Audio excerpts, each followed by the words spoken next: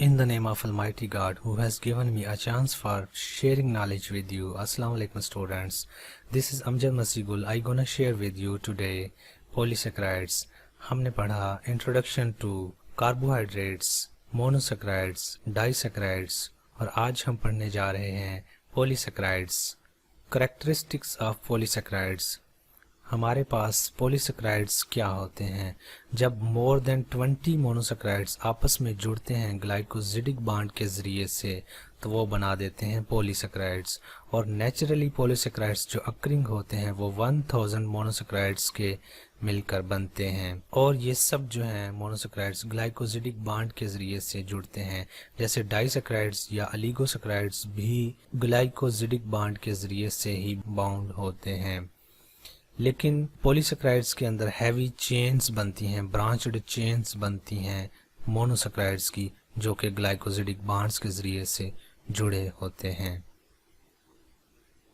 Polysaccharides की दो types हो सकती हैं। होमोपॉलीसेक्राइड्स जो हमने प्रीवियस लेक्चर में पहले भी इंट्रोडक्शन टू कार्बोहाइड्रेट्स में पढ़ा था। ऐसे पॉलीसेक्राइड्स जो एक ही यूनिट ऑफ मोनोसेक्राइड्स के मिलकर बनते हैं, यानी एक ही मोनोसेक्राइड्स उनमें रिपीट हो रहा है बार बार, वो कहलाएंगे होमोपॉलीसेक्राइड्स।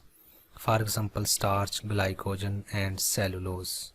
और वो वाले पॉलीसेक्राइड्स जो दो तरह के मोनोसेक्राइड से मिलकर आपस में बाइंड होकर ग्लाइकोजिडिक बॉन्ड बना के जुड़ते हैं वो होते हैं heteropolysaccharides. For example peptidoglycan, chondroitin and heparin. ये नीचे इसकी एग्जांपल है। Structural and storage polysaccharides starch, glycogen, cellulose, chitin. हमारे पास दो किस्म के पॉलीसेक्राइड्स हो सकते हैं, storage polysaccharides and structural polysaccharides. Structural polysaccharides beta glucose के बने होते हैं और स्टोरेज पॉलीसेक्राइड्स अल्फा ग्लूकोज के बने होते हैं। स्ट्रक्चरल पॉलीसेक्राइड्स स्ट्रक्चर बनाते हैं सेल वॉल का और एक्सोस्केलेटन का, और storage polysaccharides food energy store करते हैं अपने अंदर, और जब हम उनको कंज्यूम करते हैं तो वो हमें एनर्जी प्रोवाइड करते हैं। सबसे पहले हम देखने की कोशिश करेंगे स्ट्रक्चरल पॉलीसेक्राइड्स। उनमें है सबसे पहला सेलुलोज। सेलुलोज बनाता है सेल वॉल प्लांट्स की और कुछ फंजाई और प्रोटिस्ट्स की। A chain of cellulose molecule contains 6000 और more than 6000 glucose residues.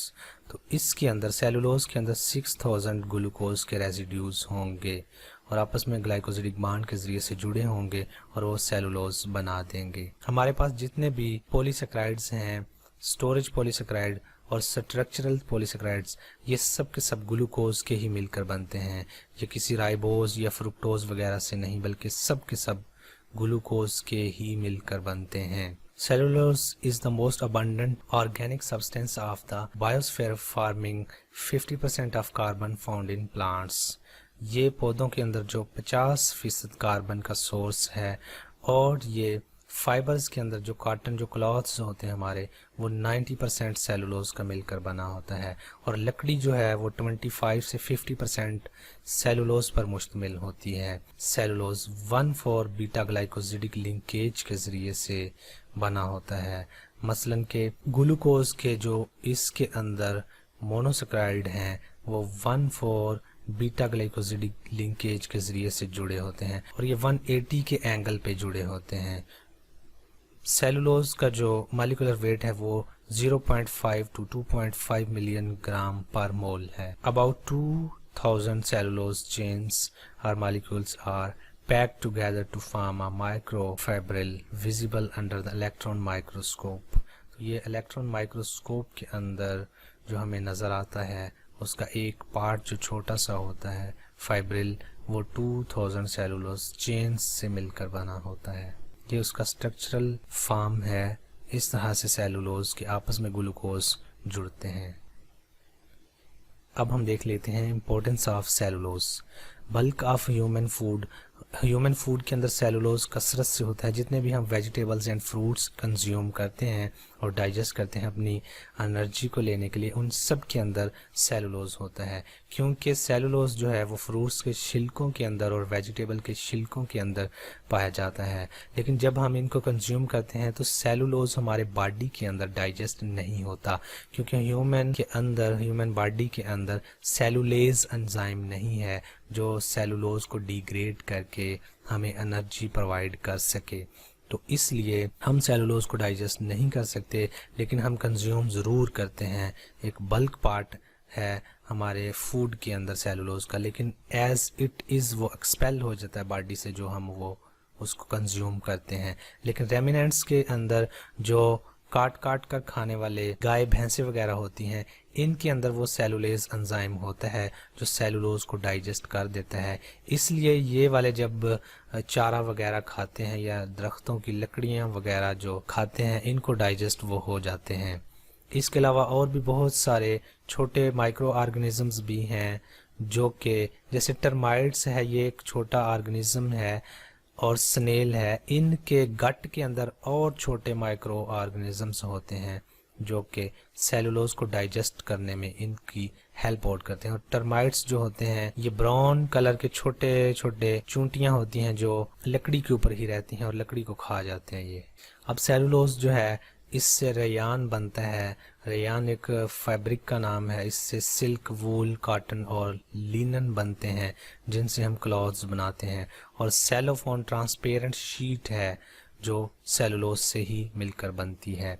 Cellulose estate जो है वो डबल निट्स और ट्रिकोट जैसे फाइबर्स बनाने के लिए यूज़ होता है। फिर प्लास्टिक्स और शटर प्रूफ ग्लासेस बिल्डिंग बनाने के लिए काम आते हैं। और जो गेट्स वगैरह शॉप्स के बड़ी मार्केट्स में लगाए जाते हैं, वो वाले ग्लास बनाने के लिए सेलुलोज इस्तेमाल होता है। और cellulose nitrate is used in propellant explosives, यानी जो हमारे पास जेट्स वगैरह होते हैं जो नासा ने मरीख वगैरह या खला में भेजने के लिए इस्तेमाल करने होते हैं, उनके ईंधन के लिए सेलुलोज नाइट्रेट यूज़ होता है। कार्बोक्सीमेथाइल सेलुलोज जो है वो आइसक्रीम्स बनाने के लिए और कॉस्मेटिक्स, क्रीमें वगैरह और मेडिसिन्स बनाने के लिए यूज़ होता है।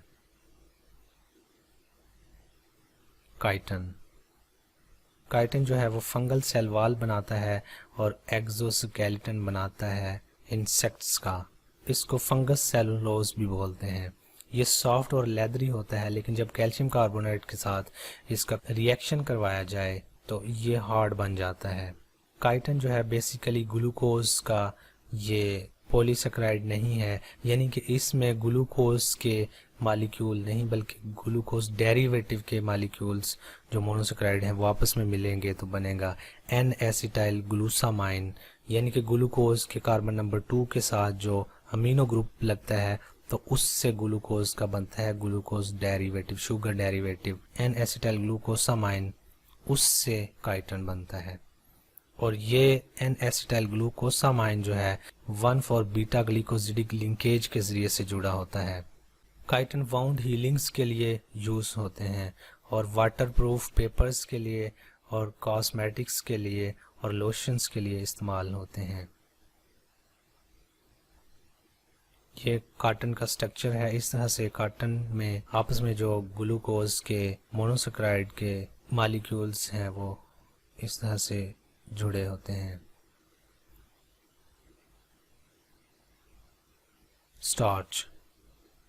स्टार्च मोस्टली प्लांट्स में पाया जाता है और ये सीरियल ग्रेन्स के अंदर, लेग्यूम्स के अंदर, राइट्स, वीट वगैरह जो हम कंज्यूम करते हैं एनर्जी लेने के लिए, पोटैटो और बनाना वगैरह के अंदर ये स्टार्च पाया जाता है कसरत के साथ। हम जब इसको कंज्यूम करते हैं तो हमें एनर्जी प्रोवाइड करता है।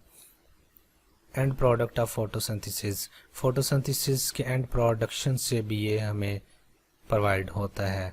क्लोरोप्लास्टस के अंदर और स्पेशली ल्यूकोप्लास्टस के अंदर भी ये अमाइलोप्लास्टस के अंदर थोड़ी मकदार में पाया जाता है।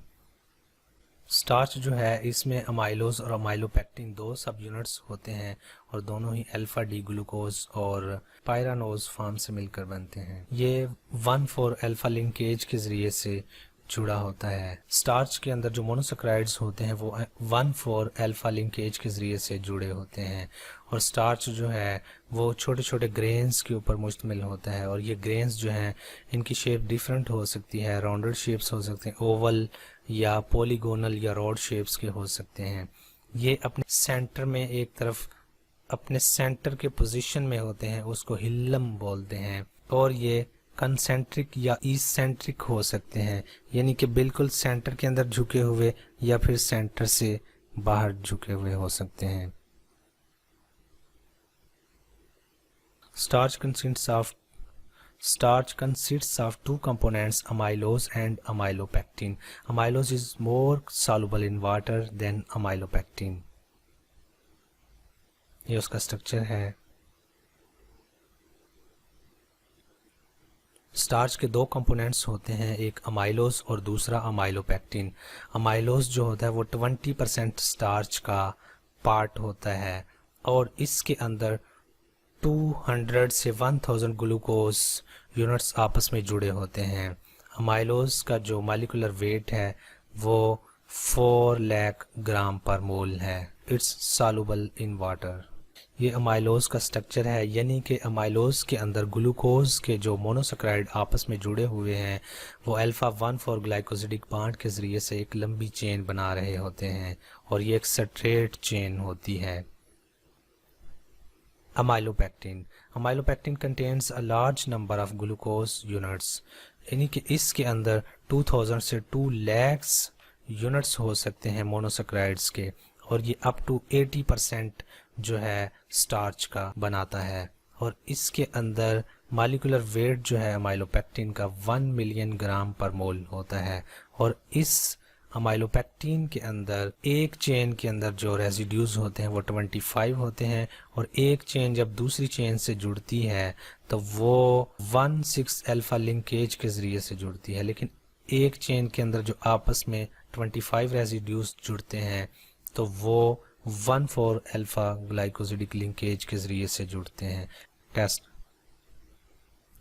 जब अमाइलोज को आयोडीन के साथ रिएक्शन करवाया जाए तो ब्लू बैक कलर देता है, लेकिन जब अमाइलोपेक्टिन को आयोडीन के साथ रिएक्शन करवाया जाए तो ये हमें रेड वायलेट कलर देता है। ये हमारे पास अमाइलोपेक्टिन का स्ट्रक्चर है, यानी कि अमाइलोज जो होते हैं वो ग्लूकोज के रेजिड्यूज आपस में 1,4 ग्लाइकोसिडिक लिंकेज के ज़रिए से जुड़े होते हैं, लेकिन जब ये चेन्स आपस में जुड़ती हैं तो ये अल्फा 1,6 ग्लाइकोसिडिक लिंकेज के ज़रिए से जुड़ती हैं और ये इस तरह से अमाइलोपेक्टिन बनाती हैं। Glycogen polysaccharide food reserve of animals. ये एनिमल्स के लिए फूड के अंदर अपनी एनर्जी स्टोर करके रखता है। जब हम इसको कंज्यूम करते हैं तो ये काफ़ी मकदार में हमें एनर्जी प्रोवाइड करता है, इसलिए इसको एनिमल स्टार्च भी बोलते हैं। ये लिवर के अंदर 0.1 किलोग्राम और मसल्स के अंदर पाया जाता है। एलिप्सोइड फ्लैटेंड ग्रैन्यूल्स पर मुश्तमिल होता है और इसके अंदर 30,000 ग्लूकोज रेजिड्यूज यानी मोनोसेकेराइड सब यूनिट्स पाए जाते हैं और इसका मॉलिक्यूलर वेट है 4.8 मिलियन ग्राम पर मोल। और ग्लाइकोजन जो है इसके अंदर 1,4 अल्फा लिंकेज के ज़रिए से सब यूनिट्स जुड़े होते हैं मोनोसेकेराइड्स के और ये स्टेट पार्ट होता है 1,6 लिंकेज का और इसमें आपस में जब ब्रांचेस जुड़ती हैं तो वो 1,6 लिंकेज के ज़रिए से जुड़ती हैं और आपस में ब्रांचेस का जो फासला होता है वो 10 से 14 ग्लूकोज रेजिड्यूज का होता है। ग्लाइकोजन को जब आयोडीन के साथ रिएक्शन करवाया जाता है तो ये हमें रेडिश कलर देता है। ये हमारे पास ग्लाइकोजन का स्ट्रक्चर है जिसके अंदर स्टेट चेन्स हैं और आपस में वो जो स्टेट चेन्स हैं फिर 1,6 ग्लाइकोसिडिक लिंकेज के ज़रिए से जुड़ रही हैं। इस तरह से वो कम्पैक्ट फॉर्म में आ जाता है और उसको हम ग्लाइकोजन बोल देते हैं। Thanks for your attention. God bless you.